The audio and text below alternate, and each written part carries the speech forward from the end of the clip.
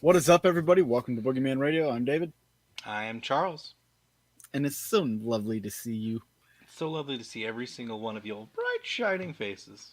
Welcome to our neighborhood. I, We're gonna I, have I made you a pie. Anyway, we start pulling out the puppets, man. we could do it. We should just have a whole show where I'm a puppet and you're a puppet. Let's make sock puppets, and we'll just do a show that way. Can I change my decision? Can I It's a change serious, my vote? it's a serious question. We should, Just react with puppets and talk with puppets the entire time. just do Boogeyman Radio with a sock puppet. Sock the puppets. entire time. We'll draw in the kids. We have a sock puppet show, just one episode where we're One sock episode. puppets. I think it would go over well. What do we talk about? Same stuff we always talk about. How to take over the world. There we go, as sock puppets. Yeah. So, we got a great show lined up for everybody tonight. This is going to be great. I'm excited. Yeah. What are we talking about, Dave? Paranormal, right? We're talking about some hauntings, Yes. some haunted places. Now, we started a list of haunted places per state, but this is more like a famous haunted place kind of thing. Well- We're just going to talk about a few places. Yeah. Infamously. Some things I think people won't. Hopefully, they don't know about, and we can inform them on. Right. And But first, Heidi ho. But first, how was your week? my week was pretty good, I guess. It's pretty lame. Did nothing. Preaching all. to the choir. I played PlayStation, and that was about it. PlayStation, and that was about it. What'd you play? Skyrim. Skyrim. I started from scratch. You restarted everything again? And now I'm at level 30 already. All them darn mods. No, I'm kidding. I don't cheat. Cheater. No, it's fine. Well, do you have any announcements?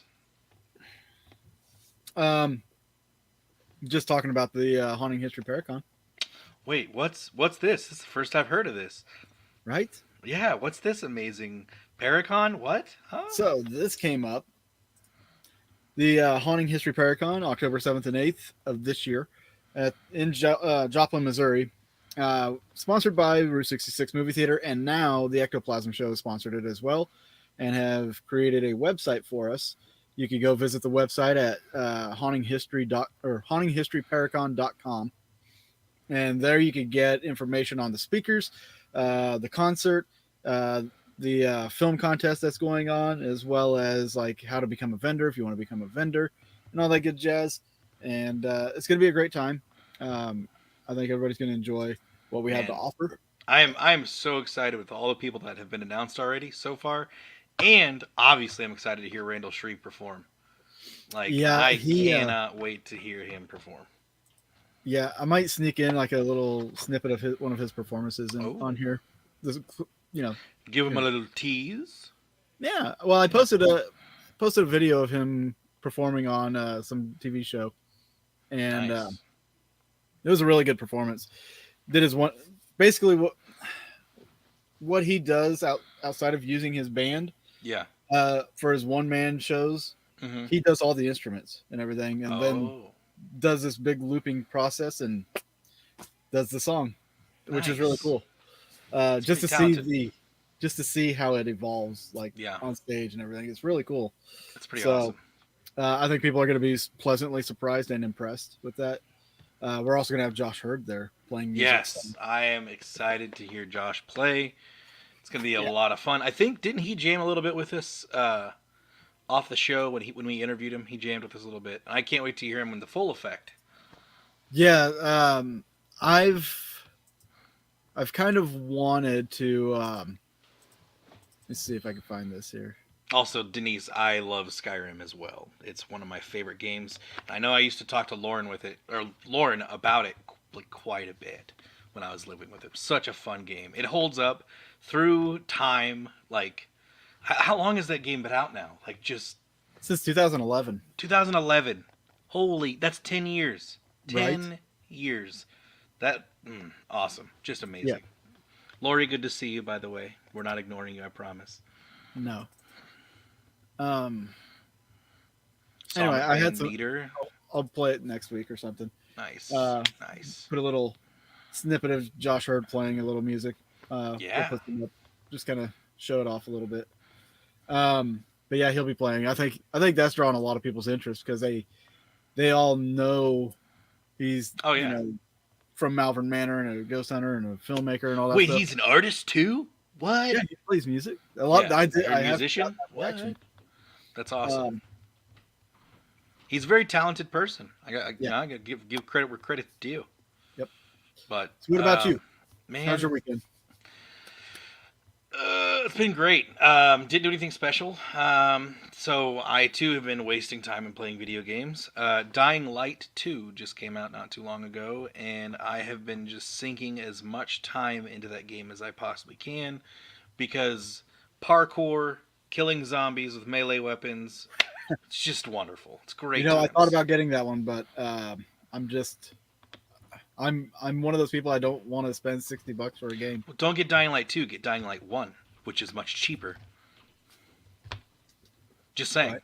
It's like the stories, as far as I know, do not correlate. Like like this story is like I think 5 or 6 years later or something. I can't remember what the dates were, but it's two completely different main characters. So Yeah, just keep I your still heads struggle up. leaving at $40. So at I least don't whatever. think Dying Light 1 is $40. That's what. I don't think Dying Light 1 is at $40. Right. I think it should be under 10. But anyways, no, this week was good. I can't get comfortable. Go ahead. Can't get comfortable. Yeah, I'm trying to get comfortable in this chair. I'm like, I can't. What? You just having some major like booty issues, or you good? No, I'm sitting Indian style in it. Ooh. Kill your knees that way. Nah. Yeah. Fine. Yeah. So, well, anyways, yeah, nothing special going on. We got the boring Super Bowl coming up this week, and it's gonna be it's gonna be a tearjerker. Oh man, it's gonna be boring as crap. Oh, it'll be a good one. No. Yeah. Burrow sucks. Anyways, there's just no way. Anyways, it's gonna be good. I think this is the best paid up or sorry, rigged. I mean scripted. I mean hard fought win matchup. So we'll see what happens. Oh, but speaking of NFL news, did you hear about the Miami Dolphins coach that got canned? And his reason for getting canned, he thinks, is because he didn't accept a payout to lose a game. I didn't hear that. Oh yeah, it goes deep. And if that is taking place, if that's true, that he didn't accept the payout to lose, who knows where else it's happening too? Yeah. Well, some teams they try to tank for draft picks, and that's probably what it was for. It wasn't necessarily that they're just losing to another team because the NFL said so. True. I agree with Denise. Probably gonna be the worst Super Bowl ever. A lot of disgruntled over here. See, Denise isn't even a NFL fan though. That's what's like. She's not a Chiefs fan at all. She was a Ravens fan. Like This is a good Super Bowl, and I'm going to tell you why. I don't think so. Joe Burrow is in his second year, just came back from an ACL injury, and then Matt Stafford spent like 10 years in Detroit, made the playoffs like twice, never won a playoff game, goes to a team that this year goes to a new team, and he's automatically in the Super Bowl. That is magical. That stands to reason. Matt Stafford has always been a great quarterback, just on a shitty team, and the Lions are cursed. Still, what are the chances that the game is won by the Rams at their home stadium? Well, the Bucks had that going on last year too. Another great example. But the NFL even came out and said that they're going to avoid that. Yeah, they're going to move it to Dallas because Dallas can't win Super Bowls. Can't make it to the Super Bowl. No offensive line per Ron. Oh Well, man. that's true, but you can game plan against that. You Oh can yeah. game plan for that. Quick throws. Absolutely. It offsets the pass rush. Yep. All right. Let's get into this, shall we? So Enough about football hate. we were gonna or show like this EVP that we captured like while we were recording, but we ended up debunking it because we were sober. Yes. That is why, ladies and gentlemen, you do not investigate when you're plastered. Well, I don't know about that, but Okay, you that don't is why review. you don't review your evidence while plastered. Boom. Yeah, That's the way to do it. But no, yeah, we figured out what it most likely is, and I think it makes a lot of sense. So yeah. We kind of dropped that now. it's in the So past. if anybody's here for that, Sorry. too bad. Oops. Now you're here. You're stuck with us. Now, Um, me and gonna my do some weird ways. rebranding here also Yes. to let everybody know. Yes. Next week, gonna have a whole new look here. So excited for that. Um, we might, for our patrons, give you a sneak peek at what it's gonna look like around Mm-hmm. top. We're even gonna have a mascot. Which is just wild to think about. Dude, we should name him. Call him Creepy Joe. I was gonna say Dixon, but okay. I like Dixon. And Dixon. Ah, Dixon. No, it's just Dixon making some weird noises. It's fine. Right. But I mean, Get out of there, Dixon. What are you you doing? could just call him Joe because he's creepy in itself. Yeah. So So yeah, we'll do that up for our patrons. If you're on our Patreon page, you'll get to see that tonight. We'll show you a little sneak peek of what the design, all that stuff's going to look like. If you don't know about our Patreon page, please, after this show, go to patreon.com/Boogeyman Radio. Sign up, become part of our Patreon family, and you get access to the After Dark show. There you go, right down there. You get access to the After Dark show, which is basically this show times two. where we drink and have more fun. Mm-hmm. Stuff that YouTube doesn't let us do. Hey Cassie, what's up? Yeah, Good to see you. one of our patrons. Don't drink and drive. I don't plan on going anywhere. I'm not either. I'm bed, stationary. Actually. Well, I mean, going to bed in the next 4 hours, 6 hours. 6 hours probably. At least. Yeah. So, all right. So tonight we're talking about haunted places, and when we say haunted places, we're not just going to be going, well, there's this place that's haunted. There's this place. We're talking about some specific ones. Yes. For tonight. Charles, you want to kick us off with a place? Sure. So I'm going to kick us off with actually a haunted case, Ooh. which is it's a location. So, anyways, so it is the Vallecas case. It's the true story behind the Veronica movie. I don't know if you've ever seen that, but Veronica all right. movie. Yep. Just we'll get into it. So the Vallecas case is named after the Madrid neighborhood where in an apartment in Calle Luis Marin 8, a repeated sequence of paranormal phenomena took place requiring even police intervention. It is one of the most famous cases among lovers of the occult and cases in Spain, and has gone down in history for being the first case of paranormal phenomena to be documented in an official police report. The movie Veronica, directed by Paco Plaza and produced by Netflix, is inspired by this story, even if the events shown in the film are quite different from the real story. The protagonist of the Vallecas case is Estefania Gutierrez Lazaro. I'm gonna butcher that. I'm so sorry. A Madrid-born teenager who lived with her family in the apartment in Vallecas. Estefania begins to be interested in the occult phenomena, and one day at school she takes part of a spiritual evocation with a Ouija board. Together with two classmates, a teacher found them and tore the Ouija board apart. The girls present that day, or the girls present that day. Well, present. I hate the English language so much. Said that they saw smoke emanating from the glass of the Ouija board, and Estefania inhaled that smoke. So, where do you think this is going, Dave? I don't know. Nowhere good, huh? Fast? Nowhere, nowhere bueno. All right. So, from that moment, adolescence begins to suffer from insomnia, hallucinations, and epileptic seizures. Estefania described the strange human forms that came to visit her at night with no faces, wearing a cloak, and asking her to come with them. The parents took her to different hospitals trying to find the reason for her illness, but the doctors were never able to find anything during the final peak of his attacks on July 13th, 1991. Estefania violently attacked his sister, Marianella, who ended up on the floor with foam coming out of her mouth. The day after, on July 14th, I'm just say Estefania. Yeah, I'm not for sure if it's Ia or Aya or Okay. it's eh, had a serious attack of catalepsy. I've never even heard of that, by the way. Don't know what catalepsy is. Epilepsy. Yeah, I don't know. she is taken to the hospital in a state of coma and she dies that night. The autopsy fails to explain the reasons for her death, mentioning sudden and suspicious death. From that moment when Estefania dies, the paranormal phenomena in Gutierrez's house escalates. The mother hears the screaming voice of Estefania calling out to her room, "What's up?" Um, That's what she's calling out. What's up? That's perfect. I heard That's somebody what's say up. what's up. Who said that? Oh, okay. That was just perfect.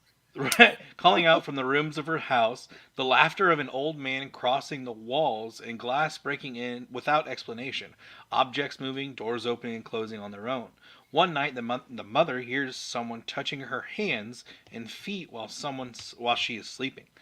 Another night, the little daughters, wake up terrified, with their wrists being slammed violently against the wall. On November 1st, 1993, 2 years after Estefania's death, his photo hanging in the living room caught fire, and the part that burned was just one depicting his face. No, the part that was depicting his face. Hmm. While neither the frame nor the nearby objects showed any damage. Which I should have screenshot, but that's the picture, and that's like supposed to be his face. Um, was he a penguin? I don't know. Anyways, so on November 27, 1992, the Gutierrez family decided to call the police. Inspector Jose Negri and his team arrived on site in the night, finding parents and children outside the house in the rain, terrified. While a couple of agents will stay with their parents and listen to the whole story from their mouths, Inspector Negri and two other agents entered the apartment. Okay. Interesting.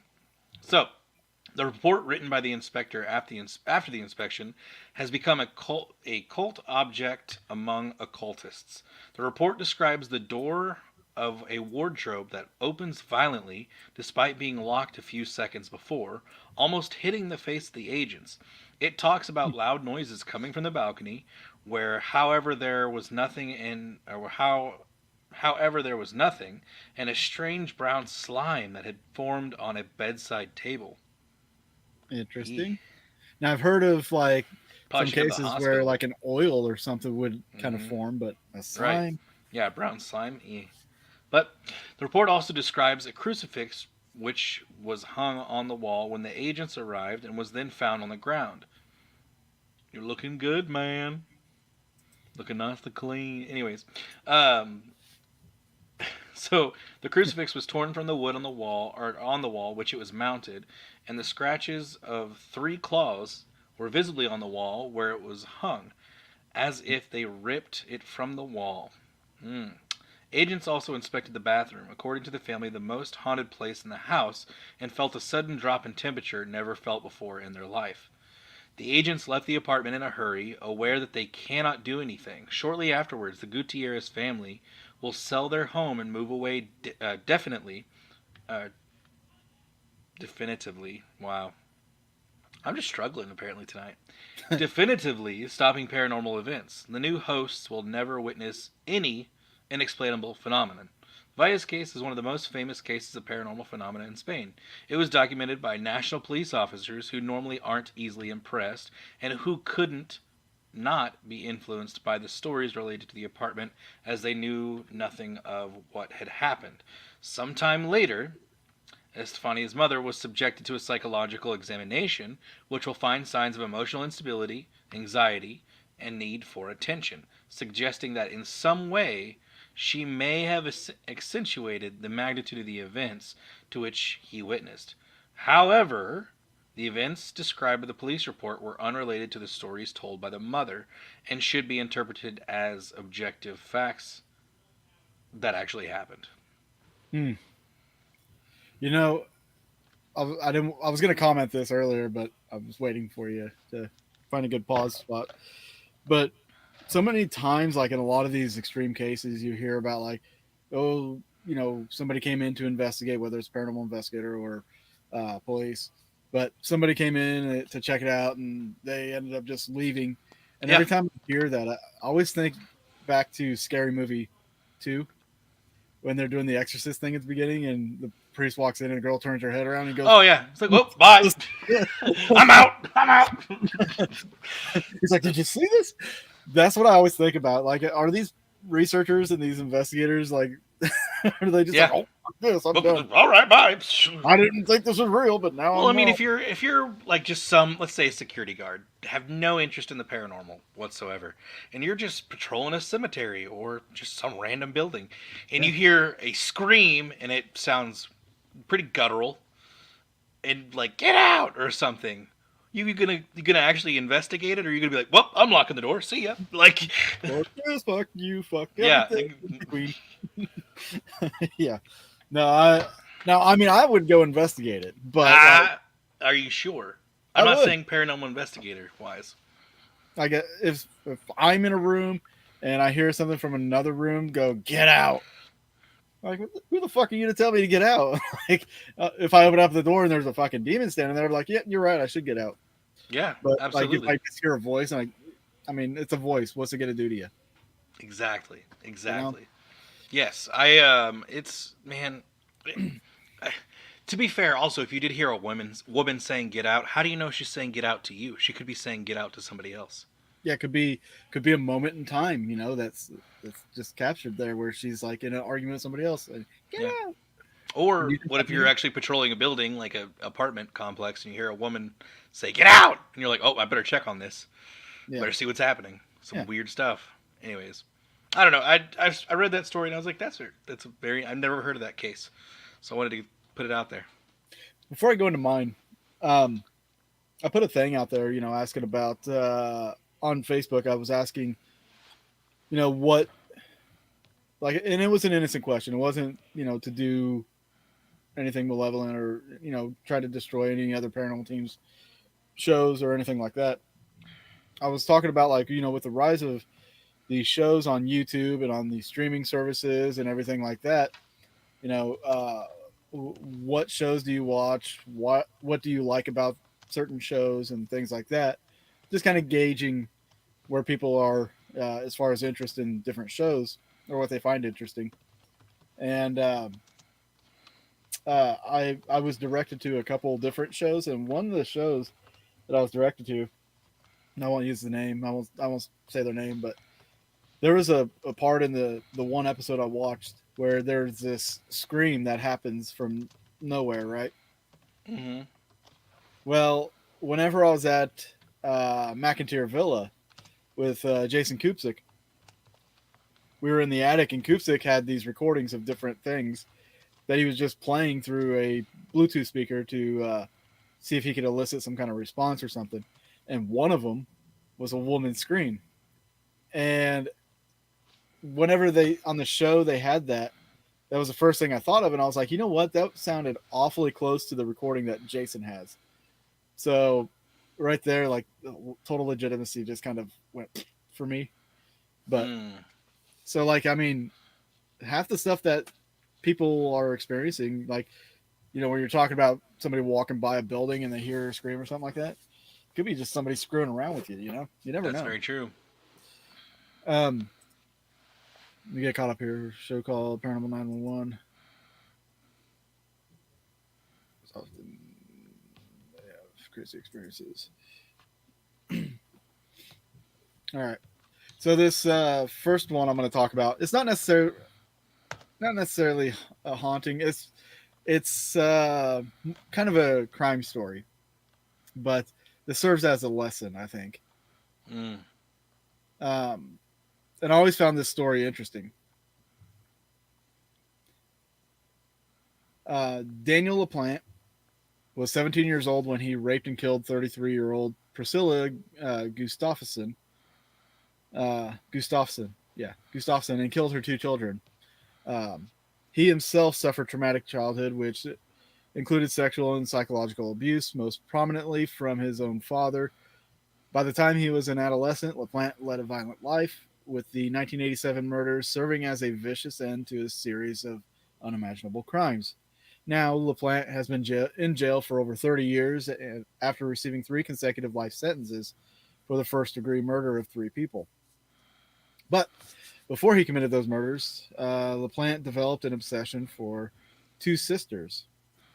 As a teenager, LaPlante regularly broke into people's homes and left a trail of destruction in his wake. In 1986, the teenager began stalking and tormenting a family of three, a single father and his two daughters, Annie and Jessica Andrews.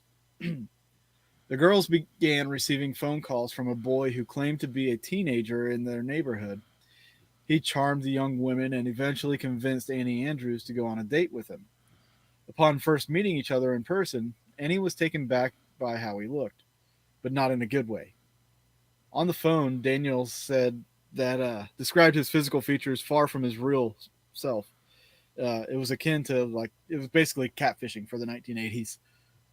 Still, Annie agreed to go for ice cream. When the date ended, Annie had no interest in pursuing the relationship further. After all, she had been going through a tough time. Her mother had passed away from cancer only a few months prior. Mm. It's widely reported that one night the sisters performed a seance, an Hmm. attempt to contact the dead. What they weren't aware of was that Daniel LaPlante had broken into their home and was knocking on the walls, making sounds that the sisters initially thought was their late mother responding to them. For weeks, the knocking continued, eventually leading them to think their house was haunted. According to multiple reports, this tormenting went on for 2 months. 2 months. The sisters had told their dad about what they had heard, but Brian Andrews attributed that to them not dealing well with their mother's death. Then, one night in 1987, Brian came home and went into Annie's room. He was confronted by a frightening sight. According to some newspaper, it said a young boy stood dressed in the clothing of Brian's deceased wife. He was Mm. wearing her makeup, a dress, and a blonde wig. In one of his hands was a hatchet. It was Daniel LaPlante. Mm. A struggle proceeded, but LaPlante escaped before police later found him in a hidden crawl space behind a cupboard, which was built into the wall of Annie Andrews' bedroom. Uh, LaPlante was arrested and charged. He was released from juvenile facility in 1987, and then 2 months later, the murders happened. At least he wasn't whacking off. True. Oop, that's what I was. Yeah. So, At least he wasn't. on God. December 1st, 1987, a man named Andrew Gustafson came home to discover his wife's deceased body. Priscilla Gustafson, who was pregnant, was on the bed in the master bedroom. She had been shot twice. Her two children, William and Abigail, had also died. Oh wow. The courtroom documents state the police found William's body face down in the tub in the upstairs bathroom. The police discovered Abigail's body face down in the tub in the downstairs bathroom. The cause of death of both children was drowning. Additionally, Abigail suffered blunt trauma to the head and compression of the neck. Police soon identified the plant as the killer, and a manhunt ensued before he was eventually caught. In 1988, he was sent to prison. Um, but yeah, I guess he tried to get a reduced sentence. There's that, I guess. Yeah, but I mean, you're in jail for three life sentences. You're never getting out, Right. obviously. You're clearly going to be there till you're dead. Right. Like, So This just kind of goes with the whole be careful about like ghost hunting and stuff, because when you're ghost hunting, and especially in places that are abandoned, because I do know a lot of these teams will actually go into abandoned places without permission, and sometimes there's squatters there, sometimes there's homeless people there, um, and who knows what you're going to find. Oh yeah, People, investigators have found dead bodies at investigations, right? unless you were in Seattle. Yeah, but you know there is a danger to investigating, and Absolutely. this, even though it was like an obsession thing, it always brought to light like what the danger for paranormal investigators could be, Oh because yeah. people are just crazy and Well, obsessed with certain things, and some people just want to scare people to have fun, yes. especially at these abandoned places. But if you're scaring somebody that, let's just say, is carrying, and you Yeah, you scare them, shouldn't do that. yeah, there's a reason. You might die. Yeah. So this is always one that like serves as a lesson in many Well, ways. I Yeah, had to actually. dog What? patch USA. Yeah. I had to actually have a conversation with my dad about this. So, like, he'd known for years that I was interested in the paranormal. Well, it didn't really like dawn on him until like I'd say maybe a year or two ago that we had a conversation about it. And I was like, no, I'm not going out and doing all the weird occult, like magical, weird stuff. I'm literally just standing in a room with devices, asking questions and doing research on the location. Right. I'm not into the witchcraft and all that kind of weird all that kind of stuff. I was like, it's not my thing. It's not what I do. Yeah, I will do research into demonology to figure out, like, to watch for certain signs on certain investigations, but no, Yeah. that's a whole other part of the field that I am not ready for. Which, one of these days that could be something that, unfortunately, any one of us can walk into. Right. But that's why you have connections and people that have experience in handling these kinds of situations. A lot of people do bitch and complain about the rise of these locations charging and everything like that. Well, with all that comes the safety Yes. of Yes. people not being in the building already. Yes. Um, so that's something to consider, I guess. Very much so. I agree, and it's just people need to be more mindful. It's not a game. Ha ha Exactly. ha! Fun and laughs. Let's play with the Ouija board and conjure up a spirit and not shut it down properly. Right. Like, even the fact that there is ways to shut it down properly, I still just would prefer not to mess the Ouija boards just on my own preference. Why chance it? Yeah. Yeah. Because at least with a recorder, I'm like, okay, we're done recording now. Bye. Like, anyways. And you notice with a lot of these places, like for the most part, um, it's usually places that have like a violent history, kind of like this violent history here, and then Yeah. you know, and it's Valiska Axe Murder House. What? yeah, it just, I mean, it seems to go hand in hand. I mean, for the It most part, does. but then, It can, I should say. like Lori said, she asked, "Have you noticed more activity in lesser known locations?" Yeah, I would definitely say yes. I feel like I've seen more. I shouldn't say evidence, but I've had more things happen to me in lesser known places, like whether it be private homes or actual like just random buildings that I've gotten permission to go into. yeah. Yeah, it's just crazy. Now there's two Oh, sides of the absolutely. coin on this Yes. issue too. Like the big name places, the ones everybody knows, those are constantly investigated. Yeah. So there's a broader brush being painted there. Whereas, a lesser known place, there's probably going to be people there, once a month, maybe once every 2 months. So you don't have that full spectrum to analyze of when activity happens or Right. how often it Well, happens. think about it too. If you're an intelligent spirit, you know, and you have people coming in there quite frequently asking you to do things, it's probably getting quite old. Yeah. Like, And that's the flip side of the coin. There's two different variables you got to consider. Um, I don't know if I were a ghost. I mean, if I were an intelligent one, if you were uh, intelligent in general, and I'm kidding, kidding, yeah, kidding. yeah, Zinger, ha. I would probably have fun with it. Honestly, like, oh fuck, man, these guys are gonna make me famous, and I don't have to do anything but like Move this object. Cool. Same. I would do the same thing. I'm leaving a legacy. You want my presence to be known? All right, here. I'd be farting all the time. Oh, dropping ghost People would be farts like, what's everywhere. What the hell was that? the Is there a demon? pipe? Is there a pipe burst somewhere or what? I smell like rotting flesh. Oh gosh. Oh gosh. Must be a But demon. You're just farting next to their face. yeah. Well, I mean, think about it this way too, Lori. When you have, um, uh, depending on the location, I feel like however many people are there can also do something too. Yeah. Like you have your big 50 to 100 people investigations. That's way too excessive, personally.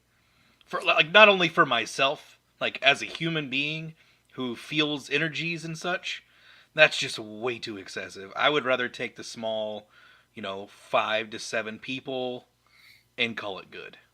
I would also say, these big famous locations, you already know the background, you already know people's experiences, so you go in with a preconceived notion of maybe I should be expecting this and that. Where if it's a unknown location and you don't know anything about it, the not knowing adds to the Oh yeah, excitement, the feels, and all absolutely. that. So It adds the mystery and the wonder that it that's when you could, and that's when you start to get actual questions, and like if you investigate somewhere that you don't know, that you obviously don't know the history of, and you're asking questions and you go over that evidence, that's evidence that you gathered firsthand that could be true. yeah, Like, yeah, it makes more sense to me. I and definitely have a better time at smaller investigations, smaller, and there's less known places. always the two sides of every coin. True. The plus side to knowing the history and everything is you can validate Yeah. information that you might capture. Um, That's why you bring a psychic medium. and on the other hand, if you don't know any of that information in the first hand and you go and you capture information and you look it up later, Yeah. that validates it again for you. So, I mean, Yeah. there's like you're getting validation later or you can get it early. I Like mean, almost instant. Yeah. yeah, there's two sides. There's pros and cons for every situation. And when John and I investigate, John doesn't want to know the location's history or anything Yeah. about the location, but I do. That's usually how it is with me too. I don't want to know much about the history. Now, some Yeah. places you can't help, obviously, like the Crescent Hotel. Yeah. Or the freaking what is it, Missouri State Pen, or Villisca, Yeah. You know what you're getting into when you go Myrtle's there. Plantation. Like that's one place that I have to go to. I want to go to so freaking bad. Let's make it happen. You guys watching, if you share the video, if you want to help us send Charles to the Myrtle's Plantation, hit us up. We'll set up a like donation thing. I have such a weird like. Okay, so that was. It used to be on the TV a lot, of course, but so did like Sally House and Atchison. But I would never felt drawn to Sally House or anything. But Yeah. for some reason, Myrtle's Plantation just stands out to me, and I want to go really, really bad. But yeah, that's okay. I'm sure it'd be much different than looking at it through a TV screen. I had a friend that went there not too long ago, Yeah, that'd be fairly pretty sweet. recently. That would be And- really, really cool really cool place to go to. Right. That place, Bobby Mackey's, and St. Augustine Lighthouse are my like top 3. Yeah, I would agree with the St. Augustine Lighthouse. Therefore, did I tell you? Did I talk about what happened with the Lizzie Borden house on here last No. week? No, I didn't. Okay, so the Lizzie Borden house posted a thing on Facebook, and I, mentioned I'd love to go investigate it, but money. It's going to cost too much money. And a friend messaged me asking how much it would cost me to go, and he was actually planning on paying for it. But then I got to talking to somebody else, and apparently, like the folks at the Lizzie Borden house got in trouble or got caught, with speakers in the walls or something. Of course they did. Um, Yeah, so now I'm like, yeah, maybe I don't want to go if Yeah. that's the I mean, case. it'd be cool. Like, hey, I went to Lizzie Borden house. Cool, but Yeah, yeah. I mean, I still want to go visit at least, at the very least. Okay, I just want so to visit. But whenever I hear about places doing stuff like that, it just Denise, crap. I haven't watched anything about Myrtle's Plantation in a while. When you say Chloe, are you referring to something from Myrtle's Plantation? I'm not 100% sure what you're referring to. No, Chloe, she was made up. I don't know what that means. I'm guessing that was a ghost. I'm Or guessing that was a ghost at Myrtle's too, but I don't. This. Oh, okay, yeah. Okay, yes, I do know what you're talking about, sorry. and I. It's been so long since I've watched anything on Myrtle's that it just kind of went gone. But it's the location itself, not so much the stories that it makes me want to go. It has an interesting vibe. I feel like Well, maybe you were a slave, or maybe one of the old plantation owners in a previous life. maybe who knows. I mean, I did have a an interesting um, what is it called when you go like on a meditation to see one of your past lives, or an event from a past life. But yeah. Anyways, Nice. that took place around that era, but it was very weird.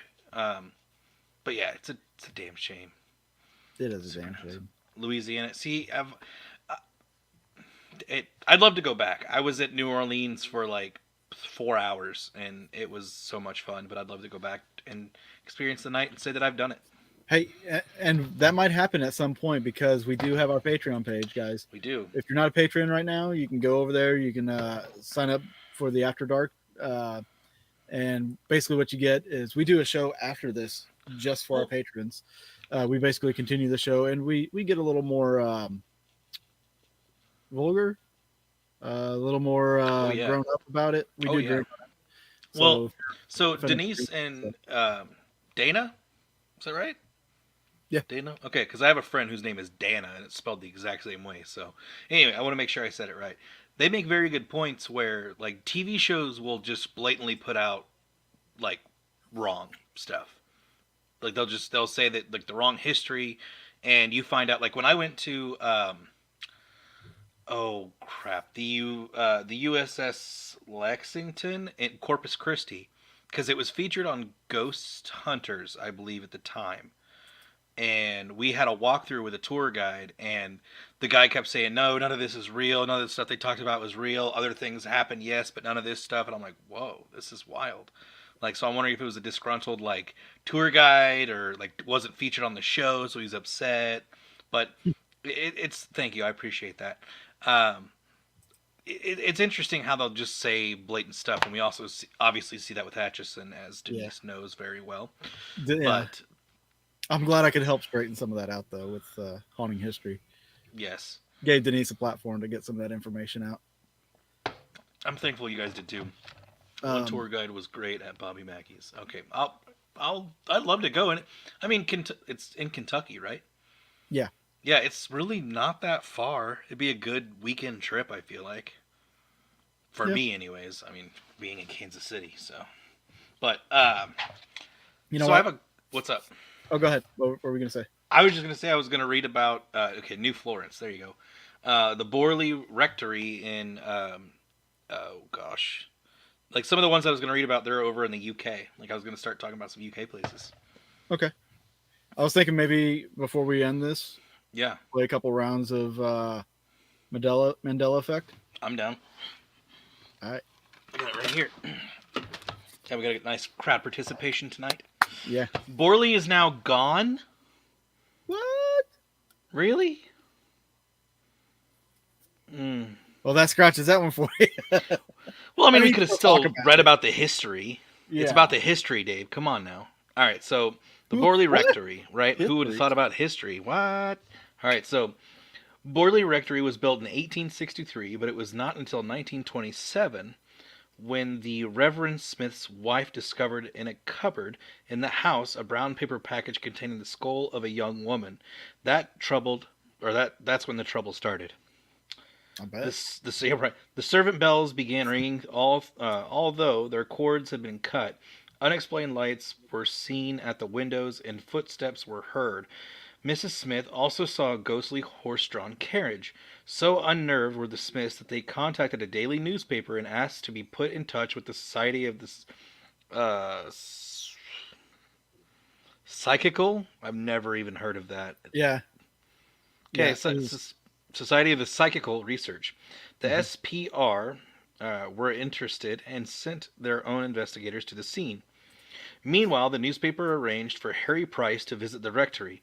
Immediately he entered the house. Objects including vases and stones were apparently thrown, and alleged spirit messages were tapped out on a mirror frame. Mrs. Smith was suspicious of Price, for when Cocaine. he left the house, this new phenomenon ceased. So basically, as he arrived, the phenomena picked up, but as soon as he left, it just like died off. You think it's because he found the skull? I don't think he found the skull. I thought it said he found the skull in the cupboard. No, it was Mrs. Smith.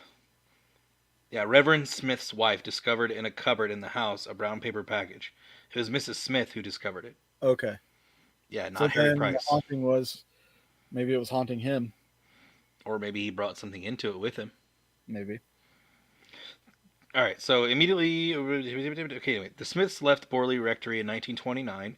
They were eventually replaced by the Reverend Foister and his wife and daughters. They reported to Price that the paranormal activity continued. Mrs. Foister said that she had been thrown out of her bed and that her daughter had been locked in her room. Writing had also allegedly started appearing on the walls. The SPR's investigators suspected that Mrs. Foister had something to do with it. She later admitted to not having been totally honest about some of the paranormal events, but having used them in an attempt to cover up her own activities. However, she insisted that some of the reported phenomenon was genuine. Let me read here real quick. Let me catch up. That's what I was Hey, told. Catherine. It's still there. It had a fire in 1930s. Yeah. All right. Cool. Sweet. Which we were getting to that. Denise, jump the gun. God. Anyways, gosh. So, after the Foisters left in 1937, Price continued his investigations at the house. He recruited students to spend time there and to make notes on what they observed. Could you imagine being a student and having, like, not only, like, obviously as investigators, it would be nice to have a go-to location that you could just go to whenever you want to investigate. I would kill to have that again. So, like these students just being able to go there and like just sit and let's see what happens. Yeah.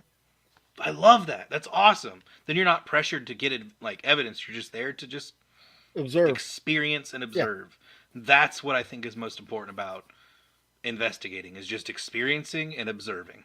I think there's too much pressure 100%. put on teams now that they got to produce evidence. Yes, I completely agree. We're trying to get followers, so we got to produce evidence. Yes. Like, that's No, not the you're case, just bro. you're there to experience the environment, experience what this location gives you. Yeah. And if you walk away with a personal experience that you don't document, awesome. I'm glad you had that personal experience. Yep. You know. Anyways, so by this and other methods, Harry Price was able to obtain enough material to write 3 books, including the one that made both he and Borley Rectory famous, the most haunted house in England. So, destruction! The rectory was destroyed by fire in February 1939, allegedly after a spirit message was received at a seance saying that it would be. However, the seance took place in March 1938, and the insurance company which investigated the blaze determined that it was deliberate. Yeah, they probably said so because of the message. Like, oh, you already Oh, knew it was going you down. knew it was going to happen. The spirits already knew. Well, that's good because we can't cover it because the spirits knew. Yeah, and they told you about it. Yeah, Should stupid. have come to us earlier. So, what are we to make of the haunting? Right? Even the SPR was unable to separate the facts from the fiction invented by Harry Price. But surely the Reverend Smith would not seek help from the SPR without a good reason for doing so. But we are unlikely to ever know the real truth. So, to be fair. Yeah, you can only debunk like so much, because a lot of people will talk about, like, say if somebody comes to you about their house being haunted, they'll tell you their experiences. Yep. But a lot of that is just that, their experiences. Yep. You know, uneasy feelings can be debunked or just not necessarily debunk. Like the way I feel, you can't debunk it completely. You can offer explanations, but it doesn't debunk what I felt, Yeah. if that makes sense. Um, so just going off of words and how people feel or what they think they Huh. experience, you can only debunk so much. So I can see why they said that separating the truth is from fact and fiction Yeah. is a little difficult. It Um, is. Sucks. was demolished in 1944. All right. Are we ready for some game time? Yeah, let's let everybody know. Um, there was something else I was going to tell people too, and I forgot what it was. Oh yeah, I want to know, instead of putting it into this comment section, Okay. I want Okay. you guys to tell us what is your top 3 bucket list places that you want to investigate or just even visit. Put it down in the comments below the video, not in the chat thing here, but below the video. Doing so helps us build up the algorithm and everything like that. I feel like a psychologist every time I'm behind my bar at work. That's when I feel like a psychologist. But I mean, it depends on if you like. I guess in which way do you feel like a Well, psychologist ever? I can only let me just say this. Oops, sorry. Let me just say this. I stopped doing residentials because of this whole thing right here. The last residential case I did, um, a lady had a paranormal team in prior. For some reason, they told her to pour salt around her house and then take her couch outside and burn it. So we came in and we did our preliminary investigation where we kind of walk around, we check readings of everything in the house, we document that. We sat down with her, we had an interview with her, we talked to her, questioned her. She, within a short period of time, suffered, I think it was like almost seven, I think it was 7 deaths within a month's time. Um, Mostly in her family, her and her husband's family, and then her ex boyfriend blew his brains out in her work parking lot. So a lot of traumatic things were happening all at once for her. Mm. And so we did the overnight investigation. We had nothing come up. Um, I even debunked some things that she was experiencing, like feeling uncomfortable in her bed because, like, I without telling her, I ran an experiment on her with EMF, and so what I had determined through our investigation was, she was having issues dealing with grief and didn't know how to express it, and I think a lot of this was a manifestation of that grief. So I even Yeah. set her up with a grief counselor to give her free counseling, like somebody that's licensed to do it, and she turned it down. And then she went to another paranormal team and told them we didn't do shit for her, and so after that case, I was like, you can't help these people. You can't help Yeah. these people. No. The no. People nowadays want their house to be haunted. You can I tell them no, dude. up Oh and my down, gosh. and they will I go after somebody else to find somebody else to tell them that it is. the So last residential I did, and I like this. It made me not want to do residentials ever again. My friend was like, "Hey, let's go do a residential." I'm like, "All right, sure, why not?" Like it was his idea, so I was like, "I'm just gonna follow along. We'll go with it." And we get there, and there's like 6 other people. They're plastered, blaring music, cooking a barbecue. I'm like, "This is not an investigation. This is a yep, party, right?" So then yep, eventually, that as the night went on, one of the other guys who was really interested in, like, he was legit asking questions and stuff, but he just started acting really weird, and I was just like, okay, it's not so much investigating about this place now, it's because this dude got so plastered that he's now focusing everything on himself. yeah. Like this is just stupid. I can't do it anymore. It just yeah, if the only time that I will ever do a residential is if maybe they're either not there or they know what they're doing and they just invite me to, hey, I'm checking out my place, you want to come? That's different.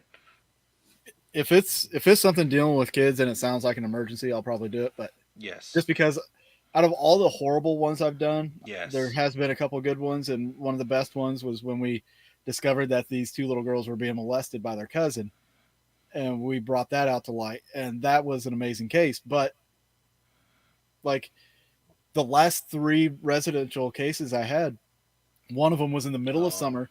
They had no AC. So inside the house, it was probably like 125 degrees. They had propane. You could smell the propane through the house. The uh, mom was on an oxygen tank. Through the kitchen, there was a line of EMF through the ceiling that was pegging our EMF detector at like 200 and something milligauss. holy cow! Yeah, it was insane. We spent about 4 hours in there just because we wanted to do some due Oh diligence, my but in gosh! that heat, no.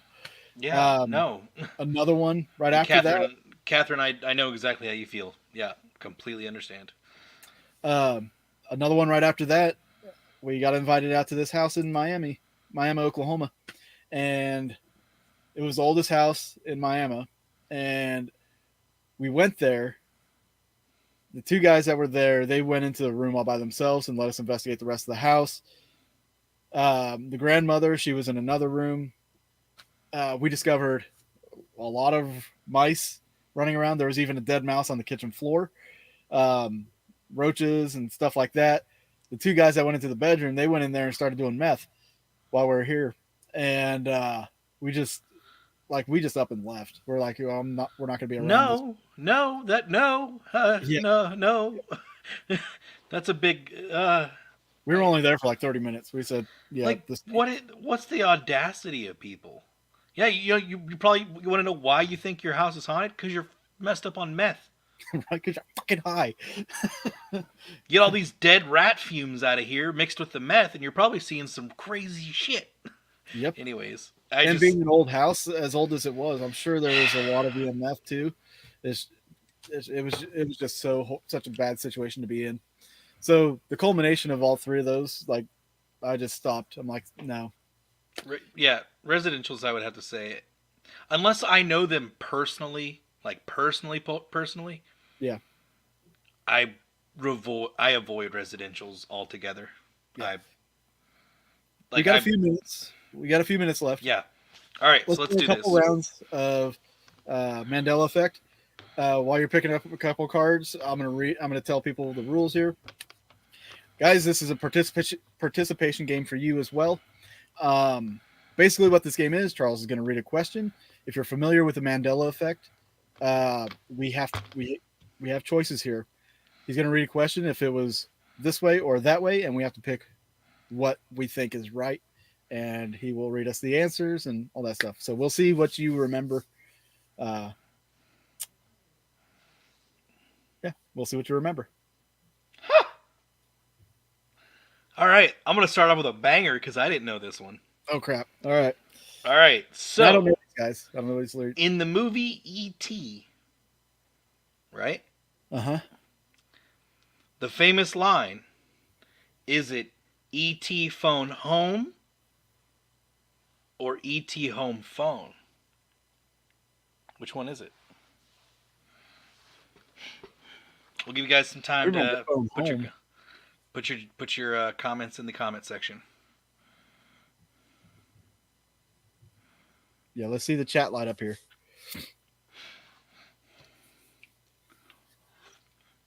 There's a ET delay, phone so home or ET home phone? I remember ET phone home. The ET phone home.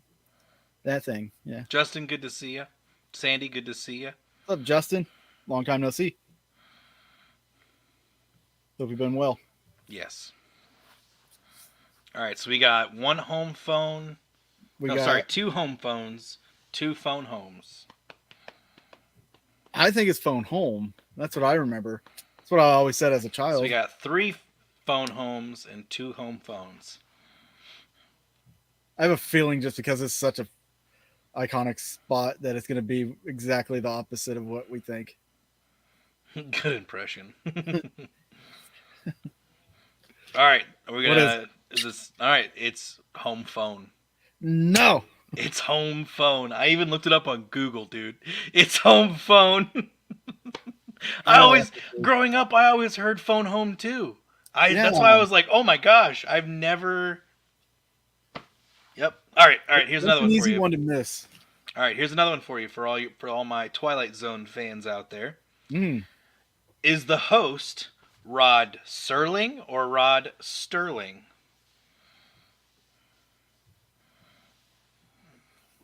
Well, Sandy, you could have either messed up memory issues or Mandela effect. Better stay off them drugs. Yeah, and those drugs will do it to you. It's all that ecstasy. It eats holes in your brains. It didn't finally suck. Good job, Lori. All right, Lori says Serling. Sandy says Serling.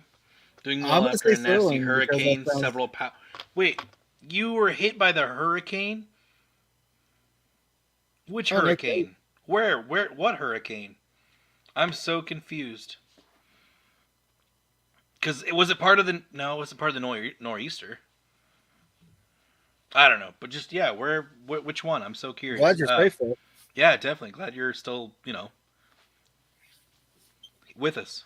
So Sandy says Serling, Lori says Serling, I'm Catherine gonna say says Sterling because it's the Sterling. least obvious. Which one? Serling, not Sterling. Serling. Gotcha. Okay. No T. All right. Dun, dun, dun, dun, dun, dun, dun, dun, dun, dun, Watch it be neither. That's not even his name at all. Any other guesses? All right. The Serlings have it. Woohoo! I wish I don't know if Denise is here, but I have got one for Ron if he was here paying attention. All right, for all my metalheads here, is it Mega Death as in Death? Oh, this is easy. Or is it Mega Death as in Deth? I'm not even gonna say it just because Dave knows. I know. You want to know how it's spelled? Metallica. Metallica. Shut up. We won't end on this one though. We're gonna end on a different one because Okay. this one is too easy. This one's too easy. What do you guys think? No cheating. Don't be typing in Google, you losers. All right, so there's a lot of deaths out there. COVID. What? Oh man. Too soon? I'm sorry. Yeah, Megadeth is a band. Lori. I don't know. Never saw it.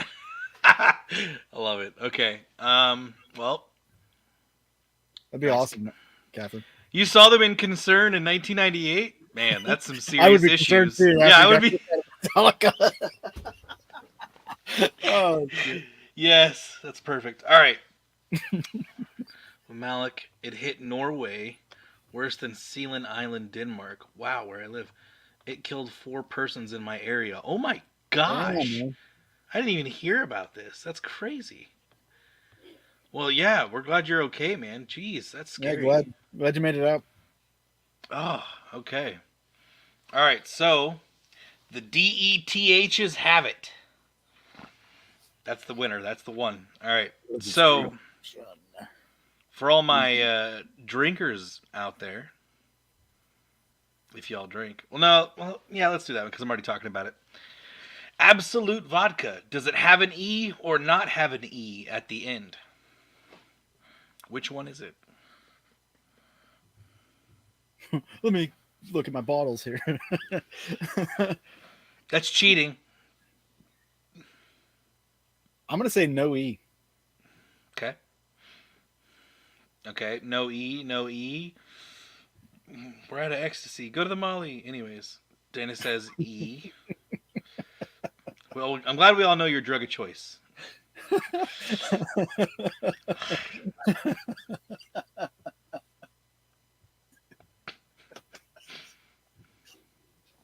This is we're cranking on Sandy here tonight. We are cranking on sanity. I took a shot beforehand, so I'm feeling pretty good. We love you, Sandy. Yes, we do. No E. Too drunk to remember. All right. That's pretty good. So 1, 2, 3, 4. Wait, Dana says E. Catherine says she's clueless. It's all that E she's taking. She didn't take an E. She had Symphony of she had Megadeth on the brain still. That's what it was. She got high from Megadeth, from the concern of Megadeth. All right, I'll go ahead and say it. It is without an E. Boom. I could have sworn it has like the little two dots over the absolute over the U or something like Molly Crew. All right. So, do we want to do one more? Yeah, One why not? more. Let's do one more. One more. All One right, we're more, gonna and do then one we're gonna have more. to jump off here, guys. All And make right. it after dark. Does Mona Lisa smile? Yes or no? In the painting. I'm gonna say no. Okay. It's a Mad Dog. Oh, it Mad actually Dog isn't even called 2020. Mad Dog. It's not even called Mad Dog. That's not even the name. No, yeah. That should be one of them right there. Is it Mad Should Dog be. 2020 or? Well, it's just like Luke. I am your father. Nope. All right. So we've got no, yes, no, no, hell no.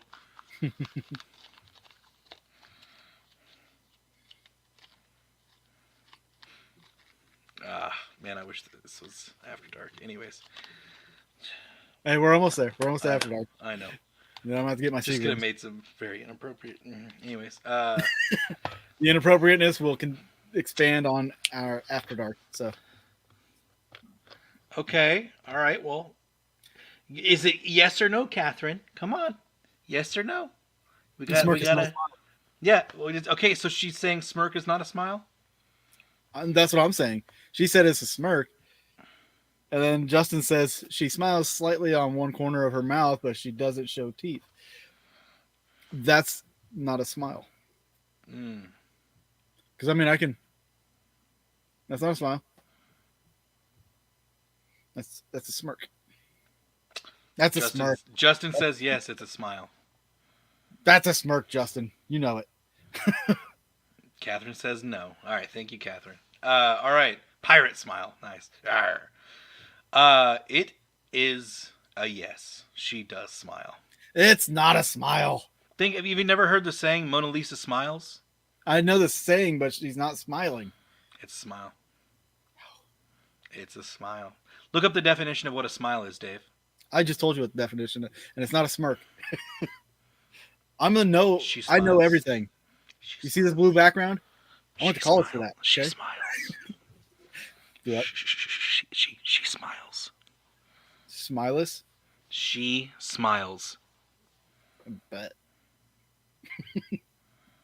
Anyways, how about the? That's it. That's it. That's the show, everybody. Thanks for coming. Yeah, go look at the picture. Yeah, I had to do the same thing with the. Yeah, it's crazy, but I love this game. It's a fun little game. We got it at Eureka Springs for all those that didn't know. When we were at Eureka Springs, staying at the Crescent Hotel, one of the stores was a really cool, like nerdy, like fun store, which was like right up my alley. And we had some Mad Libs in this game, and like probably some other ones too. But Hey, we might do a Mad Lib on the After Dark as well. oh, perfect! If depending on who's all there. Yeah.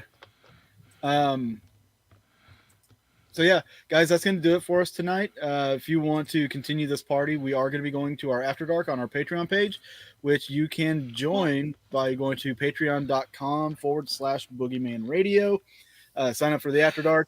You get an extended show. We're going to talk about a few more haunted places, and we will play some more games. And you can come over, have a drink with us. In Mona Lisa's defense, though, I think she'd prefer to be smirking, because would you rather be smirking or sitting there? It's a trick question because it's not Mona Lisa. It's Da Vinci. And there's a UFO in the background too. Anyways, So yeah, good show. glad to see everybody. Thank you guys so much for coming. I really appreciate it. And once again, your top 3 Yes. places you want to visit, put them down below the video in the comment section. Yes. When this post, or when this video actually goes, it uploads to YouTube, not the live video. When it gets uploaded to YouTube, post it in that comment section, not this comment section. And we'll read them next week. Yes, we will. All right, guys. Y'all have a good night. If you're not going to be joining us on Patreon, we'll see you next week. If you're joining us on Patreon, we'll see you there. Bye, guys. Have a good night.